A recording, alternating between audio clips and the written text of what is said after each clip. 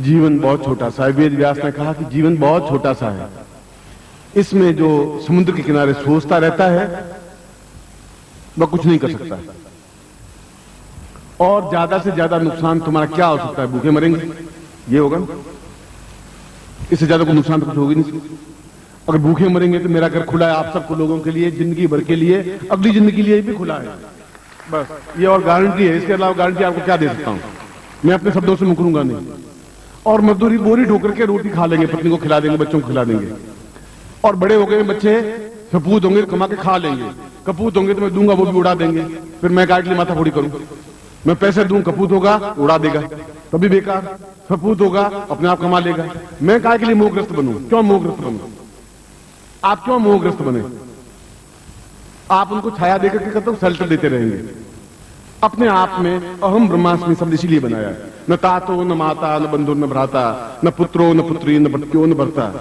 शंकराचार्य कह रहे कुछ है ही नहीं, और वास्तव में सत्य कह रहा है। और सत्य अगर विश्वास करना है तो शमशान में जाके खड़े हो जाए, जिसकी अर्थ ही आ रही है। और फिर देख लीजिए कि वो जल रहा है, सब लोग, पत्नी भी खड़ी है, चाचा चाची सब खड़े हैं, बहुत चले गए, स्वर्गवासी हो गए। क्योंकि हमारे भारत में नरकवासी कोई होता ही नहीं, सभी स्वर्गवासी ही होते हैं। चाहे पाप करे अधर्म करे, वो स्वर्गवासी होते हैं, हो गए स्वर्गवासी। स्वर्ग में तो इतनी भीड़ है कि जगह ही नहीं है। और वे सभी जो पत्नी कहती थी आपके बिना तो एक मिनट भी रह नहीं सकती, बहुत बहुत धड़कन होने लग जाती है, यहाँ दर्द होने लग जाता है, वो भी खड़ी खड़ी टुक टुक देखती रहती है, फिर वापस घर आ जाती है, रोटियां खा लेती दूसरे दिन। अब कौन सी मां रही, कौन सी पत्नी रही, कौन सा पति रहा? शंकराचार्य साफ कह रहे हैं, न तातो न माता न बंधु न भ्राता। ये ज्ञान, ये चेतना कब आएगी? ये चेतना आएगी संस्कार से। हम रहे गृहस्थ में, गृहस्थ के कर्तव्यों का पालन करें, मगर दृढ़ता के साथ खड़े हों, मजबूती के साथ अपने कार्य को करें। वैसा तोता मैं आपको नहीं बनाना चाहता जो पिंजरे में बंद है, और आप पिंजरे में बंद हैं। मेरी बात कड़वाहट से भरी हुई है, मगर मैं आपकी चापलूसी करूंगा क्यों? मुझे क्या स्वार्थ है आपसे मैं चापलूसी करूं? चापलूसी वो करेगा जिसको ये है कि कल गुरु पूर्णिमा 5 रुपए चढ़ाएगा। मैं तो कहता हूं आप चढ़ाने की जरूरत है ही नहीं, मुझे एक पैसा भी नहीं चढ़ाना है, न कपड़े चढ़ाना है। साफ कह रहा हूं, मेरे पास है तो मेहनत की हुई जिंदगी में मेहनत कर सकता हूं। मैं शुरू हुआ था एक भिक्षा पात्र हाथ में लेकर के पैदा हुआ था। जब 5 साल का था तो मेरा भी भिक्षा पात्र था, घर में फूटी कौड़ी नहीं थी। और आज जो संपन्नता है देवत्व से प्राप्त साधनों से प्राप्त संपन्नता है। वापिस लौट करके भिक्षा पात्र हाथ में भी आ जाएगा, तभी खोया मैंने कुछ नहीं है, तभी मेरे अंदर लाभ ही लाभ है। जो कुछ मुझे क्या तकलीफ है? मैं तो उस समय भी प्रसन्न था, आज भी प्रसन्न हूं। उसमें भी वैसे ही 4 कपड़े आज वैसे ही पहनता हूं। न उसमें तकलीफ महसूस करता था, आज महसूस करता हूं। इसलिए पिंजरे में बंद व्यक्ति, तोता जो होता है, बहुत सुखी है। हरी मिर्च बोल मिठू राम राम राम राम, और उसको तोते को मिर्ची खिला देते हैं, अनार के दाने खिला देते हैं। आप पिंजरे में बंद है, बहुत आराम से बैठे हुए, सेफ, कोई तकलीफ नहीं। पत्नी कह रहा नहीं जाना, गुरु जी के पास जाओगे तुम बिगड़ के आ जाओगे, वहां हूं करने लग जाओगे, तुम ये मंत्र ये बहुत चक्करबाजी है, तुम छोड़ो।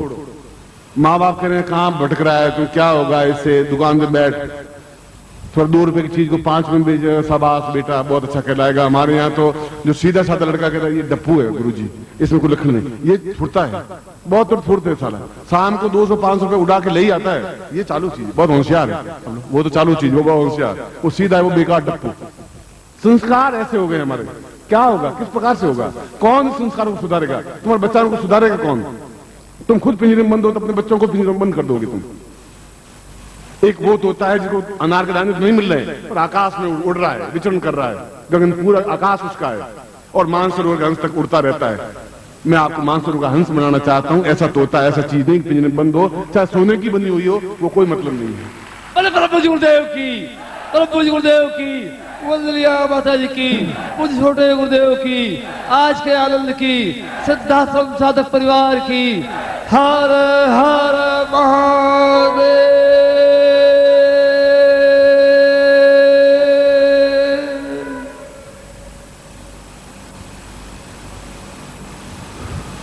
हो सकता है आप में कुछ कमियां हो, मैं सोचता हूं कि जिनको आप कमियां कहते हैं, मैं तो उनको आपकी विशेषता कहता हूं। ये आपकी विशेषता है। चंद्रशेखर बहुत अच्छा खिलाड़ी था, और उसका लकवा, हाथ का लकवा हो गया था। और लकवा हो गया तो गेंद जो है वो फेंक नहीं पा रहा था पूरी, मगर वो गेंद लकवा हाथ ऐसा हुआ कि वो इस तरीके से फेंकता था कि उसको गुगली कहते थे और गुगली सम्राट कहलाया और उसने बहुत अद्वितीय सफलता प्राप्त की। वो असफलता व न्यूनता भी उसकी जिंदगी की सफलता बन गई। ये तुम्हारी असफलता नहीं है, तुम्हारे पास धन की कमी है तो तुम तृष्णा में हो कि हाय धन, तुम्हें हाय करने से धन प्राप्त नहीं हो पाएगा। नहीं तो इस साल तक तो तुम सब करोड़ बिरला होते ही होते सब, और अब तुम बिरला बन नहीं सकते, होते तब तक हो जाते। अब तुम व्यापार लोहे के कारखाने खोल नहीं सकते, और खोले हुए वो हमसे भी ज्यादा दुखी हैं। इसलिए ये आपकी न्यूनता नहीं है, आपको आकाश में उड़ने की क्रिया सिखाई नहीं गई। मस्ती क्या होती है, आनंद क्या होता है, जीवन की चेतना क्या होती है। वेद व्यास कह रहे हैं कि जिस समय सदगुरु के चरणों में पहली बार जो सिर रख देता है समर्पण भाव से, सिर रखते ही वह 84 लाख योनियां अपने आप में सिमट करके केवल 4 योनियों में सिमट जाती है। फिर 4 योनियां बाकी रहती है, बाकी योनियां अपने आप में समाप्त हो जाती हैं। ये वेद व्यास का कथन है। और सदगुरु है, उनको आप बाध्य नहीं कर सकते कि नहीं आप ऐसा करें, उनकी मौज है। दे दिया तो खजाना लुटा दिया, नहीं दिया तो नहीं दिया। वह तो खुद पारखी है, एक एक को बिल्कुल आपका सारा गणित हिसाब साथ में रखता है। आप होठों से बोल रहे हैं परंतु नाना आत्मा से बोल रहे हैं, या मजबूरी से पिंजरे में बंद बैठे हैं, या आकाश में विचरण कर रहे हैं, क्या कर रहे हैं आप, और कब तक बंद रहेंगे, कब तक बिल्ली से डर के अंदर बैठे रहेंगे, कब तक वो पैर में पैंजनियां बना करके अंदर नाचते रहेंगे उस पिंजरे में, कब तक ऐसा होता रहेगा। एक क्षण ऐसा आना चाहिए पिंजरे से बाहर निकले, नहीं तो ये पंख टूट करके समाप्त हो जाएंगे, तुम्हारे में हिम्मत साहस खत्म हो जाएगी। सबसे नीचे से नीचे भीख मांगना है, मैं आपके साथ भीख मांग लूंगा, आपके साथ में क्या गणित है, क्या गड़बड़ क्या है, पत्नी को रोटी खिला देंगे, बच्चों को खिला देंगे, चिंता करने की कहां जरूरत है, तनाव किस बात का है। तुम उस तनाव में मर रहे हो और मैं तुम्हें कह रहा हूं तुम फ्री होने की जरूरत है, क्योंकि तुम्हारे साथ में जब तुम्हारी जिंदगी का एक बागडोर हाथ में लिए तो तुम्हारा नुकसान, निर्धन गरीब तुम रह ही नहीं सकते, संभव नहीं है। तुम एक्सपेरिमेंट करके देख तो लो एक बार। परसों मैंने कहा कि 50 लोग निकले, इस योग निकले, नाम लिखाए, मेरे साथ साल भर रहे, एक लड़के में हिम्मत नहीं पड़ी, क्योंकि माँ क्या कहेगी, बाप क्या कहेगा, पत्नी रोएगी, ये होगा, उसके आंखें आंसू कैसे देख सकेंगे, उनके आंखें आंसू तो केवल नकली ढोंग है।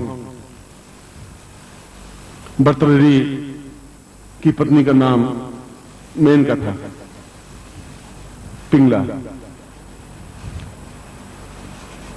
गुरु ने कहा कि तुम सदगुरु के पास चला जा, और जीवन का राजा बनने से कुछ नहीं होगा, ये तो आज धन है कल चला जाएगा,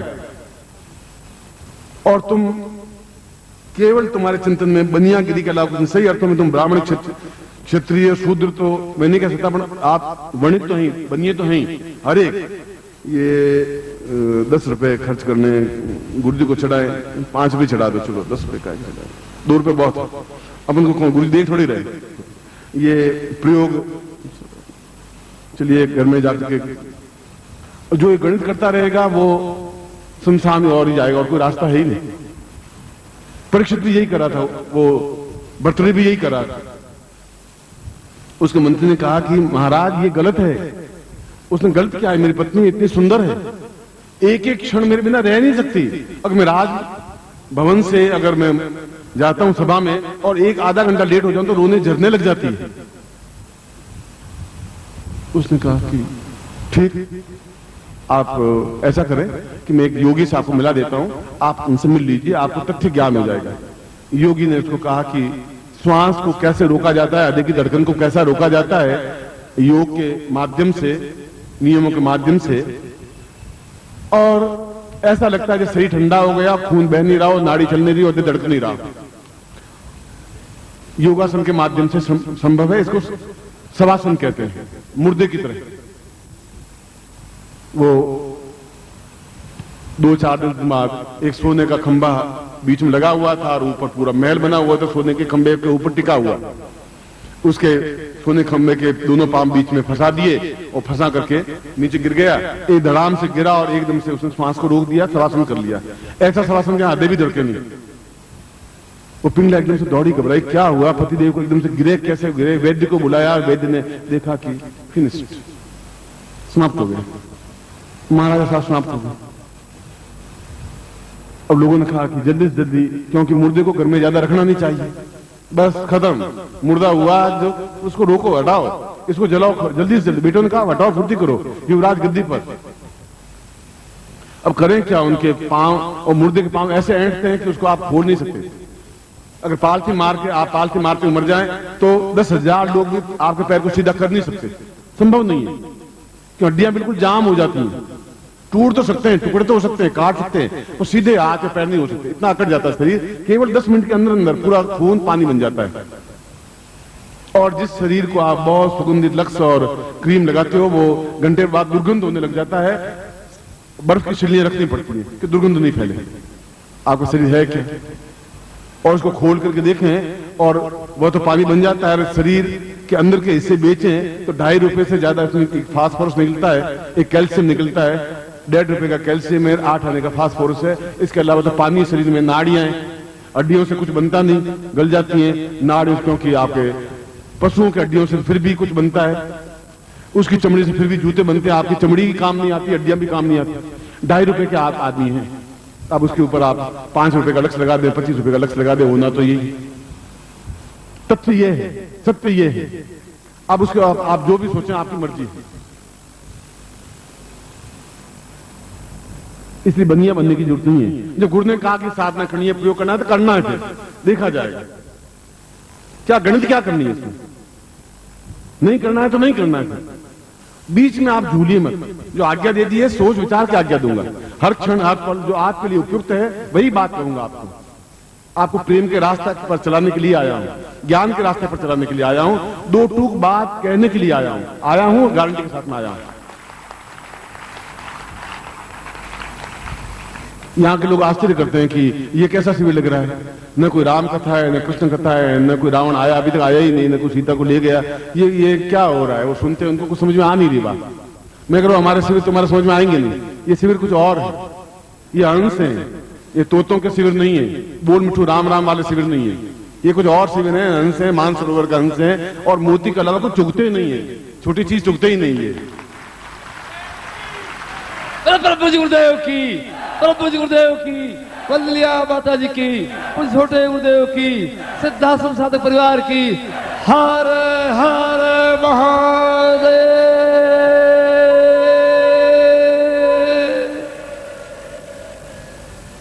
कुछ लोग आए होटल में, आज कल भी मिले थे। आपके यहाँ वो क्या हो रहा है? कुछ हमारे समझ में नहीं आ रहा। 5-7 मिनट ठहरे, फिर रवाना हो गए। राम कथा हो रही क्या? मैंने कहा कि यार रावण वावण आता ही नहीं, आता है मार भगा देते, बीच में से भगा दिया, आज भी भगा दिया। आया था एक रावण, उसको 2-4 जूते मारे, रवाना कर दिया उसको। मैंने कहा हमारे यहाँ तो कोई रावण आता ही नहीं, न सीता का हरण होता है, और हरण होने दूंगा, बैठा बस, न हरण होने दूंगा, न गड़बड़ होने दूंगा। नहीं तो क्या श्रीमद् भागवत कथा होती है? मैं वो भी नहीं होती। तो फिर आपके यहाँ होता क्या है? काय के लिए लोग इकट्ठे हुए, इतने भीड़, आप और तालियां बजाते हैं, आप क्या बोलते? हमारे को समझ में नहीं आ रहा है। मैं क्या ये अंशों की कथा है, ये कौओं की कथा है नहीं, इसलिए समझ में आपके आएगी नहीं। अंश बैठे हुए हैं। अब उन कौओं को तो कम से कम 10,000 बार पानी से धोएंगे, शायद अंश बन जाए। वो 10,000 साल तो बहुत टाइम लगेंगे। वो तो अंशों की एक जमात है, और के अंसार लंगर लगे, के अंसार मोती। या तो भूखे मरेंगे या खाएंगे तो मोती ही खाएंगे। इसलिए वो मोती चुग रहे हैं, आराम से बैठे हुए हैं। आप मैं की चिंता मत करिए, नहीं समझ में आएगा आपको, नहीं आएगा, मैं क्या करूं? मैं तो कहता हूं रावण आवे, अब वो आते हुए घबराते हैं और चुपचाप पैम्पलेट बांध के निकल जाते हैं। 2-4 लोगों ने, अंशों ने मिला, 4 जूते लगाए, अंश भाग कुएं भाग। अब मैं उसमें क्या कर सकता हूं? करेंगे वो करेंगे। कल मैंने कहा तैयार हो गए, वो सोचा दूसरी बार तो आने का ना। अंशों के बीच में कौआ तो साफ झलक जाता कि ये कौआ है। कल भी मुझे एक पैम्पलेट मिला, मैं तो कल की बात कह रहा था, ये मिला,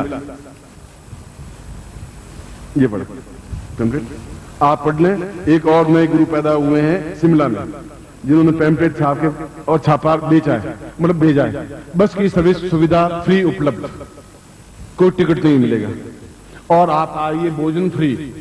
और गुरुदेव का नाम तो गुरुदेव बड़े है, इसलिए मैंने कहा गुरु है वो, गुरुदेव का नाम तो बहुत बड़ा है। मैंने कहा हम भी चले जाएं कभी, क्यों आज सुबह मुझे मिला वो। और ये पढ़ा हाँ, ये और बता देता हूँ, नाम तो उनका नहीं बताऊंगा। उन्होंने लिखा कि ये अद्भुत शिविर डॉक्टर नानक सिमाली की आज्ञा से और उनका मैं शिष्य इस शिविर को संपन्न कर रहा हूं, इसलिए आपको आना पड़ेगा। और इसके लिए शिविर स्थल ये है और आपको बस की सुविधा फ्री उपलब्ध है और नित्य हलवा और पूड़ी आपको प्राप्त होंगे।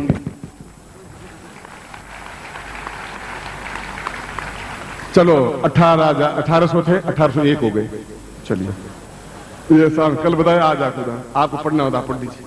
और बेकार बैठे हलवा पूड़ी मिल रही है, यहां पर तो पूरी सब्जी मिल रही है, तुम गलती कर रहे हो। मैं कह रहा हूं मैं नहीं खिला सकता तुम्हें हलवा पूड़ी, इतना मोटा ताजे बन जाओगे आपको उठा नहीं पाऊंगा कंधे पर, इसलिए आपको थोड़ा और दुबला बनाऊंगा। मगर ये देखिए आपको उदाहरण। और नानक सिमाली को पता ही नहीं साला ये गुरु कहां से निकला, जमीन फोड़ फोड़ के निकल रहे, कहां से निकल रहे। और नानक सिमाली की आज्ञा से लगा रहा है बेचारा। और नानक सिमाली के पास 10 साल साधना सीखा है। अब भगवान जाने ये कौन से गुरुजी हैं, मुझे तो समझ नहीं आया, मगर होंगे। मैं इनको प्रणाम करते हुए उनके चरणों में स्पर्श करता हूं, क्या करें। चलो डायरी में एक नाम और लिख दिया, 1800 थे, 1801। शाम तक 2-3 और पैदा हो जाएंगे। यहां तो पैदा होने लगे। मैंने कहा कि अब दीक्षा देने की जरूरत नहीं, गुरु बनाने की जरूरत है। अब तो ये मैं आपको उदाहरण दिया, कल गया घर में और बिल्कुल तैयार हो गया और यहाँ बांट के गए। फिर आज सुबह आए, कुछ लोगों ने अपने कुछ पत्रिका किताबें पेम्पलेट बांट के गए, कुछ लोगों ने थोक मार करके भगा दिया। खैर मुझे इनको मैं आशीर्वाद देता हूं कि होंगे मेरे इस जीवन के, नहीं तो पिछले किसी जीवन के होंगे, शिष्य होंगे। मैं क्या के लिए मना करूं। 2-4 रुपए कमा रहे हैं तो कमा रहे हैं। आपको हलवा पूड़ी खाना हो तो यहाँ से उतर करके सीधा शिमला का रास्ता पकड़ लेना, गुरुदेव मिल जाएंगे वहां। और छापने के लिए पैसे नहीं उनके पास, रिसाइकिल स्टाइल निकाला हुआ है। मैं तो उनको भी प्रणाम करता हूँ, उनको भी आशीर्वाद देता हूं कि उनकी पत्नी का भरण पोषण हो, क्योंकि सीधा रास्ता है। कपड़ा पहना और दाढ़ी बढ़ाए, बाल बढ़ाए, ओ बस बोलना था ही नहीं। क्यों बोलने से पोल खुल जाएगी। अरे महाराज ब्रह्म, अरे तुम कुछ नहीं, तुम बच्चे क्या समझो, चुप रहो, हम बहुत ऊंचाई पे बात कर रहे हैं। अब कहां कितनी ऊंचाई पे महाराज, 2 झापड़ पड़ी तो सब धरती पे आ जाओगे आप, आधा घंटा लगेगा। हम तो हंस हैं, हम ये कौओं के बीच में घुटते नहीं है, झापड़ मारते हैं हम तो सीधे।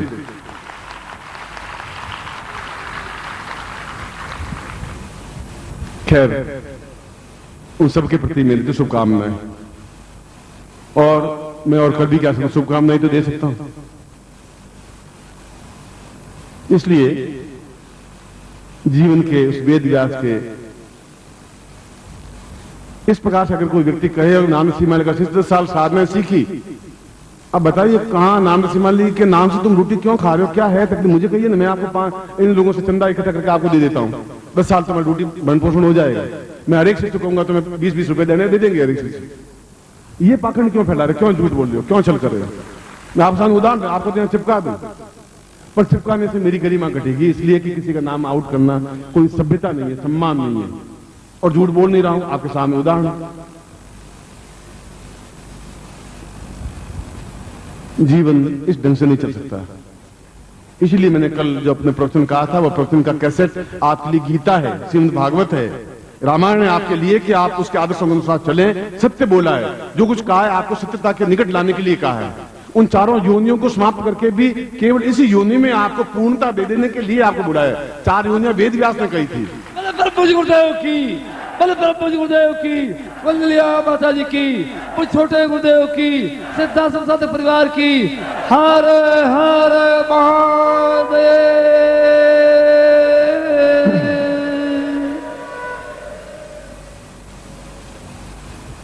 एक ऐसी रोड था, एक गुरुजी एकदम से बीच में आ गए, अपने बीच में पर्चे बांटने लगे। डुल या खड़ा डुल में पकड़ कर कमरे में बंद कर दिया, ताला लगा दिया। 3 दिन खुला ही नहीं। 3 दिन बाद शिविर खत्म हुआ, खोल कर उसको रवाना कर दिया। लो गुरुजी महाराज, हम 3 दिन अंदर से बाहर नहीं निकल सके। गुरुजी बताइए अब हमारे गुरुजी कैसे हैं। हमारे तो यहाँ सभी एक से एक बढ़ करके व्यक्तित्व हैं। यह तो जीवन है, ऐसा स्वार्थ छल झूठ चलेगा। मगर वेद व्यास ने अपने 30वीं पंक्ति में कहा है कि वह जब गुरु के चरणों में समर्पित भाव से, आत्मीय भाव से, शब्दों से नहीं, अपने पूरे हृदय के साथ और तन और मन के साथ, मैं धन शब्द का प्रयोग कर ही नहीं रहा हूं। धन तुम्हारा मुबारक हो, क्योंकि मेरे पास तो जाएगा नहीं, साथ में चिता में कोई डालेगा ही नहीं। वो होगा वो भी हटा देगा। तो भर्तृहरि जी की बात चला रहा था, उसने जो पांव दिए तो उसने मंत्रियों ने कहा जल्दी इसको ले जाओ और ये खंभा तोड़ दो। पांव खींचे, पांव खुले नहीं, अकड़ गए पांव। वो सब समझ रहा था क्या हो रहा है। तो पिंगला ने, लोगों ने कहा कि खंभे को काट लो, महाराजा को तो निकालो बाहर, पांव तो निकालने पड़ेंगे तब ले जाएंगे। पिंगला ने कहा नहीं नहीं नहीं, इनके पांव ही काट लो, बस मरा हुआ तो है ही, पांव काटने में क्या तकलीफ है, खंभा मेरा मत काटो। जो पत्नी एक 15 मिनट उनके बिना जिंदा नहीं रह सकती थी, वो कह रहे हैं कि इसके पांव काट लीजिए, कोई चिंता की बात नहीं, खंभा नहीं कटना चाहिए, ये इतिहास बोल रहा है। और भर्तृहरि उसी समय गमछा डाला और जाकर सन्यासी बन गया, एक योगी बन गया, राजपाट छोड़ दिया। ठोकर लगी 1 सेकंड में लगी, उन्होंने समझ गया कि ये पत्नी डोंग है, ये पाखंड है, और ये पाखंड तुम्हारे घर में है, तुम्हारे समाज में है, क्योंकि चारों तरफ का वातावरण वैसा है। मैं किन किन को समझाऊंगा, इसलिए मैं कह रहा हूं मैं आपको संस्कार करने के लिए पैदा किया है। उन्होंने जन्म दिया, ये उनकी बड़ी कृपा है। सत्य यह है कि कोई प्लान वे में कोई जन्म नहीं दिया। प्लान वे में जन्म दे तो योगी पैदा होगा, एक सन्यासी पैदा होगा, एक विद्वान पैदा होगा, एक आइंस्टीन पैदा होगा, एक गांधी पैदा होगा, अगर प्लान वे में होगा तो। उन्होंने मनोरंजन के लिए पैदा किया, हुआ और एक बच्चा पैदा हो गया, बस खत्म। उनके सामने कोई प्लान नहीं था। बाकी सारे काम प्लान से होते हैं कि 9 बजे भोजन करना है, 10 बजे दुकान पे जाना है, 5 बजे आना है, 3000 रुपए उनसे लेने हैं, ये सब प्लान है। बच्चा पैदा करने के लिए कोई प्लान है ही नहीं उनके पास में, बस हो गया तो हो गया। अब फिर तो ऐसे ही लड़के पैदा होंगे जो माँ बाप को गालियां देंगे, बाप को कहेंगे कि आप कौन है, सर्टिफिकेट है कि मैं तुम्हारा बच्चा हूं, मैं तुम बाप मानता ही नहीं, जाओ जो कुछ करना हो कर लीजिए। फिर ऐसे ही पैदा होंगे, क्योंकि प्लान नहीं है। पहले ऋषि पैदा होते अब क्यों नहीं हो रहे, क्या हो गया, अकाल पड़ गया क्या? इसलिए कि कोई सदगुरु मिला ही नहीं। और दूसरी बात वेद व्यास ने कही है कि 2500 वर्षों में एक सदगुरु पैदा होता है। 2500 वर्षों में, राम के ठीक 2500 वर्षों के बाद कृष्ण पैदा हुए, कृष्ण के ठीक 2500 वर्षों बाद बुद्ध पैदा हुए, बुद्ध ठीक 2500 वर्षों बाद शंकराचार्य पैदा हुए। 2500 वर्षों बाद एक ऐसा व्यक्तित्व पैदा होता है जो अपने आप में सही अर्थों में एक सदगुरु कहलाने के योग्य होता है, जिसकी चेतना होती है, अंधकार को भगाने में समर्थ होता है। हर बार ऐसे सूअर के तो 10-20 बच्चे पैदा होते हैं, पर शेर तो पूरी जिंदगी में एक ही बच्चा पैदा करता है, 10-20-25 बच्चे पैदा, इसलिए वो शेर कहलाता है। इसलिए कई कई वर्षों के बाद में यदि उस दिन भी कहा कि ऐसा सदगुरु को प्राप्त हो जाए आपको जिंदगी में, तो फिर आपको समर्पण करने में एक क्षण भी विलंब नहीं लगाना चाहिए, फिर पिंजरे में बंद नहीं रहना चाहिए। अवसर चूक जाएंगे, वो पास में से निकल जाएगा, आप फिर इंसान की ओर चले जाएंगे। और पत्नी एक बार रोएगी, क्यों रोना धर्म नहीं, रोएगी, देखो पति मर गया, रो नहीं रही तो उसको रोना ही पड़ेगा, नहीं तो ऊपर अंगूठा चढ़ा के करती रहेगी। तो अब पता नहीं रो रही है कि नहीं रो रही, तो मुझे करना आता है, मैं तुमको तो आधे घंटे करता रहूं, आंखों से आंसू आएंगे, कोई ग्लिसरीन डाल करके आंसू बहा दो, तुम कहो जैसा करते। ये सब एक दुनिया का नाटक है, मैं समझ चुका हूं अच्छी तरह से। इसलिए शंकराचार्य सही कह रहा है, न तातो न माता न बंधु, हम बंधन में बंधे हुए हैं और वो हमें बंधन में बांध रहे हैं कि जल्दी शादी करो, बस इसकी पहले शादी करो, बाकी छोड़ो। शादी की, बच्चा पैदा हुआ, माँ बाप निश्चिंत, मेरे जैसा तू ही हो गया, कर्म फूटे तेरे, अब तू रोता रहे, साला पालता रहे, और बस अब तू जाएगा क्या, क्योंकि मेरी ड्यूटी यही थी फंसाना तुझे। वो कह रहा मैं शादी नहीं, तुझे शादी करनी है, और ढोल बजा करके ऐसा फंसाते हैं, ढोल बजा के फंसाते हैं, नाचते हुए फंसाते हैं, और आप बहुत खुश होकर घोड़े पर बैठे हुए फंसते जा रहे हैं। और घोड़े पर बैठे हुए लोगों ने पूछा कि ये आदमी घोड़े पर कैसे बैठा है? उनका गधा गधे पे बैठ नहीं सकता, इसे घोड़े पर बैठा हुआ है, तो गधा है ही। अब ये गधा है तब ये शादी कर रहा है, उसके बाद में मिलेगा क्या? नहीं, माँ बाप चाहते शादी कर ले बेटा, जो भी मिले, अंधी लाली लंगड़ी जैसी है, बस तू शादी कर ले, 1-2 लाख ले, बस उसके बाद निश्चित। अब साल रोता रहे। एक बच्चा है, पोते का मुंह देखना बेटा, उसके बिना मुझे स्वर्ग नहीं मिलेगा, वो अनुस्वार्थ है साला, बच्चा हुआ नहीं, मरा नहीं, पूरा ही फंसा 100%, और वो मार दमा चौकड़ी मचाते हुए साल में लो आपके पोता, आप खुश रहिए, कोई प्लान नहीं, ये पोता लीजिए, हो गया खेल खत्म। अरे भाई ये मत कर, ये इसमें कोई फायदा नहीं है, मगर मुझ चुप के शादी कर लेगा, करेगा, मैं क्या करूंगा उसमें? ये कई वर्षों से हमारे संस्कार चले आ रहे हैं। मैं ऐसा नहीं करूँ आप कुंवारे रहें, कुंवारे रहने से तकलीफ है, मैं ये आपको कुंवारा रहने की सलाह नहीं दे रहा हूं, मैं कह रहा हूं कि आप संस्कार बनो, ज्ञानवान बने। जो पत्नी आपके बीच में बाधा करे, पत्नी नहीं है फिर वो शत्रु है, आप अगर पत्नी के जीवन में बाधक हैं तो फिर वो आप पति नहीं है, आप बाधक हैं। माँ आपके बीच में बाधक है। यदि आप गलत काम करते हैं तो मैं सबसे पहले आपके थप्पड़ लगाऊंगा, मैं हूं, मगर आपको सब रास्ते पर गतिशील करने के लिए प्रेरित करूंगा। इसलिए इस व्यास पूर्णिमा के अवसर पर मैं कोई उपदेश देने के लिए कोई बात नहीं कर रहा हूं। मैं बता रहा हूं कि आप क्या हैं, बस आपकी पहचान कर रहा हूं। आप में पिछले जीवन में के जो ज्ञान है वो उदय हो जाए, थोड़ा एक ठोकर लग जाए, एक एहसास हो जाए कि मैं क्या था और अब क्या हूं और मुझे क्या करना है, जिंदगी कितनी छोटी सी बची है और वह एक वृद्ध व्यक्ति वहां बैठे हुआ क्यों चीख रहा है, क्या स्वार्थ। इसलिए कि मैं अपने हाथ को काट नहीं सकता, किसी हालत में कटने दूंगा नहीं, पांव को भी कटने नहीं दूंगा। और आप मेरा हाथ और पांव और आंख और नाक और कान और शरीर की धमनियां हैं, मैं आपको भी कटने नहीं दूंगा, ये भी गारंटी है। इसलिए आपको बार बार कह रहा हूं, शिष्य की मर्यादा यह है कि अपने आप को पूर्ण रूप से समर्पित करे। फिर मैं सब दोहरा रहा हूं, समर्पित करे। तीसरी बार भी कह रहा हूं कि आप समर्पित हों, पूर्ण रूप से अर्पित हों। अब मर जाएंगे तो मर जाएंगे, डूबेंगे तो डूबेंगे, निर्धन रहेंगे निर्धन रहेंगे, भूखे मरेंगे तो भूखे मरेंगे। हमें तो बागडोर आपके हाथ में सौंप दी है, अब मर्जी तुम्हारी, जैसा आप करें वैसा कर लीजिए। केवल होठों से बोलने से काम नहीं चलेगा, अपने आप को समर्पित करने से काम चलेगा। फिर कोई गुरु मिलेगा आपको, फिर आपको भरमाएगा, फिर आप भ्रमित हो जाएंगे। फिर कोई आपको चाचा मिलेगा, आपको दादा मिलेगा, नाना मिलेगा, बाप मिलेगा, मां मिलेगी, पत्नी मिलेगी, फिर कह रहा है ये क्या कर रहा है। क्योंकि जैसे वो है उस तरीके से आपको बनाने के लिए प्रयत्नशील होंगे ही, क्योंकि वे आपके स्वजन हैं और मेरी व्यक्तिगत राय में वे दुर्जन हैं। वे आपको स्वजन कहें और आप कहें, ये आपकी मर्यादा है। आप उनके चरण स्पर्श करें, उनका सम्मान करें, मगर उनके गलत विचारों को अपने आप में थोपने की क्रिया नहीं करें। अपने आप में पूर्ण रूप से अपने विचारों का चिंतन करें कि सत्य क्या है। जो सत्य है आप उसको पकड़िए, मेरी बात माने नहीं माने को जरूर नहीं है, मगर वे आपको गुमराह कर रहे हो, गलत कर रहे हो, तो फिर संस्कारित नहीं बन पाएंगे आप। और संस्कारित होने के लिए आपके अंदर गुरुत्व स्थापन होना जरूरी है, और होता है। मेरे अंदर भगवान शिव स्थापित है। एक क्षण भी ऐसा नहीं होता कि मैं उनके दर्शन नहीं करूं, ऐसा होता ही नहीं। गुरुदेव की, गुरुदेव की, गुरुदेव की, वंदलिया माता जी की, सिद्धार्थ साधक परिवार की। हर हर महादेव।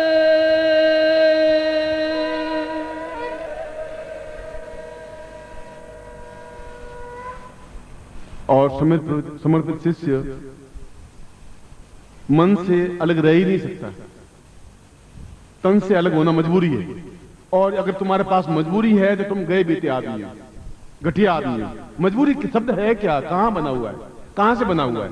असंभव और मजबूरी तो शब्द ही नहीं है शब्दकोश में, और मेरे शब्दकोश में नहीं है तो फिर तुम्हारे शब्दकोश में भी नहीं होने चाहिए। कौन सी मजबूरी है? गुरु जी मजबूरी थी, कौन सी मजबूरी थी भैया?